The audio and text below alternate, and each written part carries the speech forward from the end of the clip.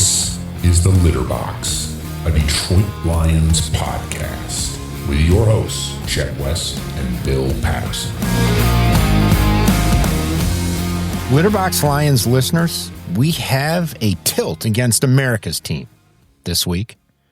Our Lions will be home at Ford Field, taking on the Dallas Cowboys. And I've started diving into some of the stats and some of the nuances to the Lions season here. And Bill, I'm seeing a few things that are interesting. I'm starting to dive into things like schedules and matchups, and it's starting to become very evident that the Lions have had a rough road up till now. They've had a lot of injuries, but today we learned that they might be able to pick up some help off the old waiver wire. One Darius Slay has become available, has made himself available. He has requested his release from the Pittsburgh Steelers. Probably not big play Slay anymore, right? But maybe medium play Slay? Better than probably what we got back there right now. What do you say? Are you willing to take a flyer on Darius Slay? All right, Darius Slay was not on my bingo card to open the show today. However, I would say I sprung it on you. He's not big play Slay anymore, but he's somewhere between Diet Coke and Tab, which is still an upgrade over what we have. When I get to the injury news, none of it's good. Although was Tab the one that has the saccharin warning? Yeah. Okay. All right. I always wondered what that was all about. That and Squirt were my grandmother's favorite drinks. Anyway, where we're going on this is, yes, Chet, any help would be welcome in the secondary now. You're drinking the Squirt if it's offered. Yeah, or the Tab. So, America's team. How about them Cowboys this week, Thursday night? It's going to be the, only tilt on. I'm looking forward to it. And I think what we need to do is probably start with our injury report to kind of walk through, and then let's get over to your statistics and matchups, because I agree with you. The Lions are dealing with some tough sledding. So do you want me to kick things off with Go for it. Give me the sad, long, drawn-out story of our Lions injury report. Why big play or Tab Slay might be needed is because of this. Terrion Arnold injured his shoulder. He got two opinions, one that said he needed surgery, the other that said he could give it a go. He gave it a go, and guess what happened? He now needs surgery. He is out for the season. So that is bad news on the Lions injury front, number one. Number two, who did not practice. Khalif Raymond is still dealing with his ankle issues. Amon St. Brown, the sun god, is still dealing with ankle issues.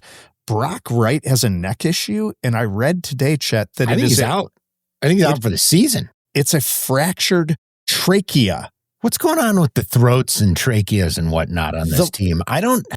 Lions need better face masks or something, or like some protection. Those like throat protectors goalies wear in hockey? Yes. Something dangling down from their face mask. This is the same injury that one Frank Ragnow had. I didn't know you could fracture your trachea, but a trach fracture. Yeah, I know. It's happened twice to two Lions. It's horrible. It sounds terrible. So I don't expect Brock Wright to play. Dan Campbell talked about Amon-Ra St. Brown yesterday and said it's game time, but we don't know. But anyway, those are the four that did not practice for obvious reasons. Limited practice. Brian Branch, he's still dealing with his toe and his ankle. Taylor Decker, limited, but he's going to be limited probably for the rest of the year. He's been limited since week 2. Graham Glasgow, good news. His knee, he was limited. More good news. Kirby Joseph was limited. That's the first time he has been limited in 7 weeks. So that is great news. More on that. If we get any updates, we'll try to include those maybe in a bonus. Sion Vake now is dealing with a thumb injury. He was limited, still not sure if he can return kicks. And then we lose a tight end, and then we gain a tight end back. Shane Zylstra from the Flying Zylstra brothers is back from his knee injury and was limited. So, bonus question while you're on it. Would you take Shane Zylstra or Brock Wright, given the choice? With or without a fractured throat? Without the throat. Both are perfectly healthy. Brock Wright all day in Sunday. Really? Yeah. Over Zylstra. I always liked what Zylstra brought to the field. Yeah. To some degree or another. But I also kind of like what Brock Wright brought to the field this season. We are missing Sam Laporta in a big way. Yeah. We will miss Terrion Arnold as we have in a big way. Let me know your thoughts, and then I can move on to the Cowboys. Yeah, Laporta's injury, he's out for the season likewise. So we're missing guys like Terrion Arnold, Sam Laporta. You know, you've got this whole Ragnow thing fell apart. Ragnow's apparently tore his hammy on the way over to the practice facility or something. I have no clue how you discover a grade 3 hamstring in flight to coming back from retirement. That's odd to me. You've got Glasgow, looks like he's on the way back, although MCDC did say that he thought Frank worked out too hard to get back and tore his hammy and is so tough that he just showed up and was like, well, let's see what happens for next season. But he's back on the retirement list now. That's interesting, though. That's good info. I didn't know that. We're missing a lot of guys for the whole season. Arnold, Laporta. You're going to have these guys falling out. Who knows if we get Amon Rabeck. These aren't bit players. These are key players. These are starters. These are stars at their position. And then maybe we get Kirby back this week. But did you hear that he deleted all his social media? Yeah, he said something happened. No, he's trying to focus. I read that up today as well. He's trying to focus just on recovery and didn't want any distractions. And apparently there were some Twitter wars and other social wars going on. And he made a few cryptic posts or something. Yeah, and people got all flipped out. Yeah. So he's just trying to take the high road on it and go radio silent. I hope all is well on that. And that's all I can do.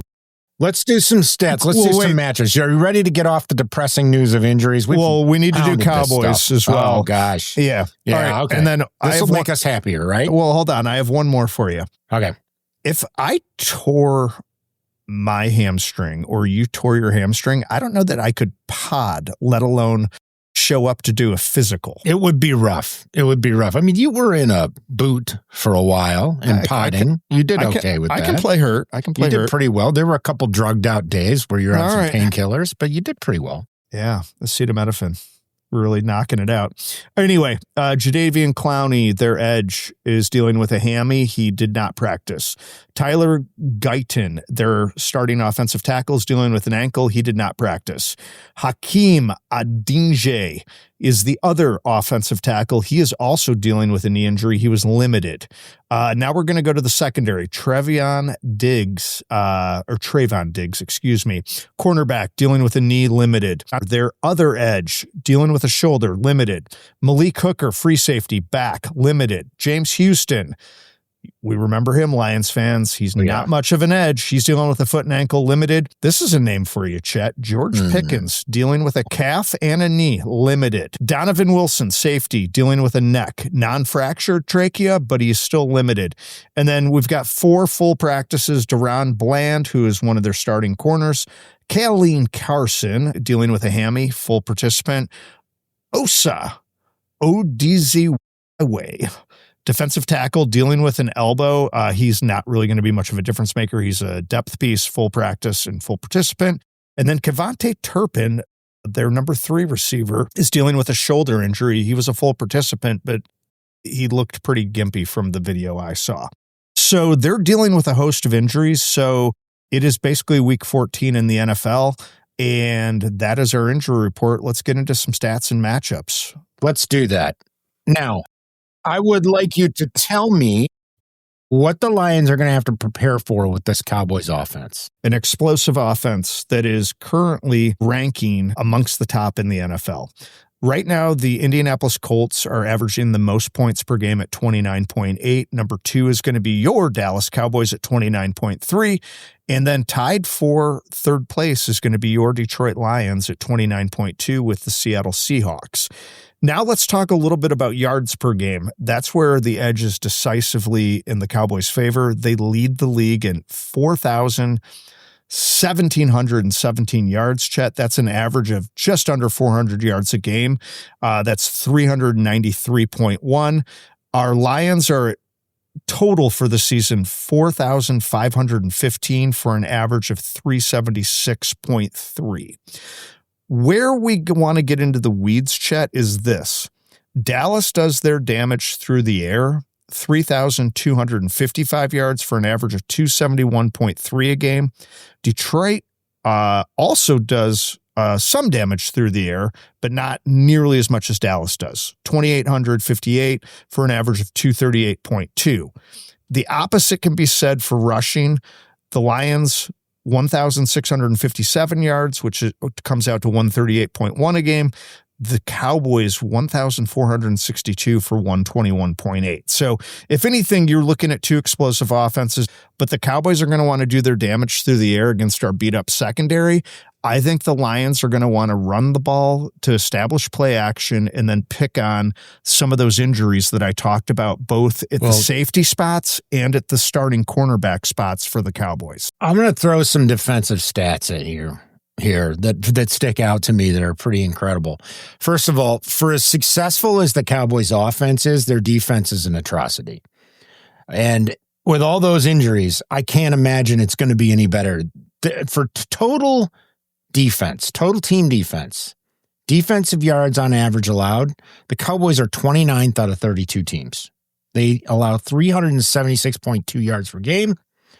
41 touchdowns they've allowed so far, which is by far in the bottom 3 or 4. So the whole correlation meets there. Lions, if you want to kind of compare the Lions, we do our share of shredding their defense apart. The Lions are right in the middle of the pack. They're ranked 14th in defensive yards allowed per game at 316.2. They've allowed 33 touchdowns. That's a little high for the middle of the pack, but it's still the middle of the pack. I was shocked to see that they actually rated that high. I did not think that they had as good a team defense. Now, passing defense, you want to get into this? The Cowboys are 30th out of 32 in passing. They allow 251.2 on average per game, 28 touchdowns. The Lions sit at 17, so their passing defense is their weakness on their defense, and it's still trending to middle of the pack level there. 25 touchdowns, 212.5 yards. There is a weakness for the Lions coming up. I'm going to mention here in a minute, but let's get to it. Rushing defense, the Lions are 11th. Okay, they've almost got a top 10 rushing D. Only allowed 8 touchdowns there. Cowboys, this is their biggest strength, and they're 20th. Ranked still in the bottom third, 124.7 a game. They give up 13 touchdowns. Okay, so still a whole 10 spots lower than the Lions there likewise. Then we have scoring defense. This is where things get pretty ugly for the Cowboys. 31st out of 32 teams. 28.5 points allowed per game. 41 touchdowns allowed. The Lions, dead smack in the middle again at 15th. 22.8 points per game allowed. 33 touchdowns. So you're starting to see this trend. The Lions defense is pretty average for the league statistically. The Cowboys are in the bottom 3 to 4 in almost every category. Red zone defense, the Cowboys are awful. 31st out of 2. They allow 71.1% of red zone opportunities to score. The Lions, on the other hand, this is probably their biggest weakness is red zone defense. They're at 27th. They allow 63.2% to score. So that would be a Lions weakness. I think you and I have seen that. In man coverage in the red zone, they struggle a little bit, especially against the passing game. In third down defense, I was shocked to see this. The Cowboys are the worst. So Dan, feel free to go for it on 3rd and 4th down tomorrow or on Thursday at will. They are the worst as far as third down defense goes. The Lions actually sit up at 11th. We have a pretty good third down D. I don't know how that's possible, but we do. So that's kind of the tail of the tape on the defenses there. I was a little shocked to see the Lions actually did rank in the top half or in the middle of the pack in most of this stuff. But then I went back and I started looking at some of the schedules, and I'm like, how do the Cowboys have so many wins? And you kind of skewered me for this, Bill. I've been looking at schedules a lot this year and the opponents because of the fact, probably because any year when we play a weak schedule and the Lions are winning, we think they're the greatest thing in the world. Then they get bounced out in the first round of the playoffs. This year, they got the toughest schedule in the NFL, and it's been a little difficult. They're 7-5. They haven't had their way with everybody. But then I go look at the Cowboys. Their wins have come against both New York teams, both not good, Washington, Las Vegas, Philadelphia, and KC. So their last 2 wins are their most impressive against teams that are kind of reeling at this point. In Philly, we know about Philly reeling, and KC. who hasn't had the best season on the face of the earth. Still good wins for them. Don't get me wrong. They're both home games. Okay. So those 2 wins took them to 6-5-1. They got that lone tie. You know that, familiar with that because it was against the Packers back in week 4. So that, they tied the Packers 40-40 again at home, and they beat Philly by 3 and beat KC by 3 at home. So the rest of the teams they beat really aren't much. And they've lost to teams like the likes of Carolina, Arizona, Chicago, Philly, all beat them. So I don't think they're that great at this point. I know they're trending up. They're very beatable for us. Great research. And so basically, in the immortal words of Lloyd Christmas, you're saying there's a chance. I'm saying there's a chance. You're saying there's a chance. Yes. All right. I'm saying there's a chance. One more X factor for you on statistics before we bounce over to fantasy and Vegas. Let's talk about turnover margin. The Lions are +5 for the year. They've got 13 takeaways, and they've given it away 8 times. Opposite tail of the tape for the Cowboys. They're -5. Yeah. They've caused 10 turnovers, but they've given it away 15 times. If the Lions are going to win this game, which I think you and I are both leaning that they're going to, turnovers are going to play a part in it. I think Jared Goff is going to play he's going to play the role of a maestro, dissecting this defense that is awful, as you mentioned, on 3rd and 4th downs. And I think there's going to be the opportunity for the Lions to set up the play action with Monty and Gibbs running well, and then getting some big chunk plays to J-Mo, and hopefully Isaac Tesla gets going and shows America's team what he and what every Detroit fan is hoping he can become. You and I both took the Cowboys in our preview the other day. I mean, we were beat up. We were reeling from that Thanksgiving game. I don't think we thought the Lions had any hope. But after I've gone and looked at the stats and the schedule now, I am starting to churn a little here. I'm starting to drink the Kool-Aid, a little bit of the blue Kool-Aid, the Honolulu blue Kool-Aid. I'm starting to warm to a Lions victory here in this game. They need it. Their backs are against the wall. So I can see it being, I know this, we're going to get to the fantasy and we're going to get to the point spreads. The over is going to be, if you're not hitting the over on this one, as they say, you're not doing it right. All right, fantasy, who do you have for me? I'm going to take somebody I didn't think I'd be taking, but I'm going to take Jared Goff. I think Jared is going to be able to throw on these guys at will. And I'm going to couple him with Jahmyr Gibbs. I think the two of them could have a day through the air in a very odd way. It's going to be the quarterback running back tandem. Gibbs is going to get some receiving yards out of this whole thing, maybe a tutty in there. I think Goff's going to be able to throw a little more. Their edge rush is injured. They don't have the greatest defense as it is. And it's very possible that we could just run all over him. So take Gibbs. He's your first probably. And then I'm taking Goff in this one. I'm rolling with him. You're not buying into the rebuilt Cowboys defensive line of Quinnen Williams and Kenny Clark? Not enough. Okay. Not enough. All right. Not enough. Who do you have on the Cowboys side for us? Anybody that is catching a pass.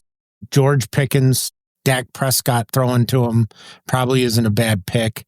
George Pickens, Javonte Williams has been a strong runner all year, but I'm going to lean on the fact that the Detroit run defense is not broken yet. But I think anybody catching a pass out there, you got to be looking at Pickens. You got to be looking at those guys. So I think those guys are going to have a field day. So I'm taking the quarterbacks on both sides of the ball, and then I'm taking Gibbs on the Lions side, and I'll take Pickens on the Cowboys side.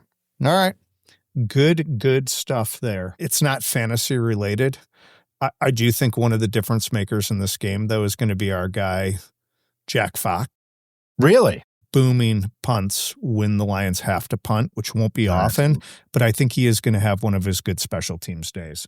Okay. All right, let's talk about the Vegas on this. It opened at Lions favored by -3.5. It's now lane 3, which means, $500,000 has gone the Cowboys' way. You talked about the over-under 54.5. That's what it opened at as well. And since we are always wrong on this, I'm going to say take the Lions and go under, because just fade opposite of whatever I'm saying, and you're sure to win whatever you feel like putting down. That's If you're listening to this pod for your gambling advice, you're in trouble. That's a problem for you. That might be your first one is probably admitting that you've got a problem gambling. Your second one is listening to us for advice. But I want to put a caveat on a few things here too. I normally don't do fantasy with guys on a Thursday night game because Thursday night games are just such a mess offensively. Too much of a crapshoot. Due to a short week. They have a short week to prep. It's usually kind of ugly because of that and a little slow. Almost every position player, CeeDee Lamb, George Pickens, Jameson Williams, both Goff and Dak, plus you've got Gibbs, are all in the top 5 for positions in fantasy football from most outlets right now.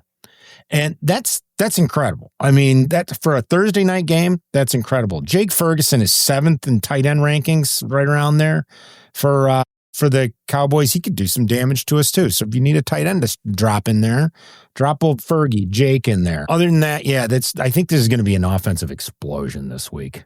Okay. You know, the interesting part about this is typically Thursday night weeks. I mean, both teams typically play in the same time slot before and after. But this one's interesting for the fact that both teams had a full week to prepare since they're both the traditional teams. Yep. So this would kind of be a neat one if it could continue season after season to be the Thursday following the Thanksgiving the Thanksgiving game and drop these two guys on the Thursday. I like playing the Cowboys, and that's where I'm going to begin. Yeah, wouldn't you? I mean, I like that idea. Plus, it's kind of like having Maction in the NFL. We get a Thursday night game.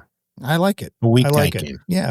All right. And they're playing it at Ford Field. So I'm going to take the Lions. I am going to go something to the effect of 38-24 Lions. And it's turnovers that are going to be the difference in this. I guess that puts me on the over. So sorry. But that's just what I'm doing off the top of my head. What do you have to say? I think it's going to be a tie. 56-56. It's going to end. Will end at 35 all, but they'll just keep scoring touchdowns on each other until the time just runs off the clock in overtime. Love it. I'll tell you what. I'll take the Lions 45, Cowboys 42. They miss a field goal to tie it at the end from like 60 yards. Nice. All right. Ford Field's going to be loud.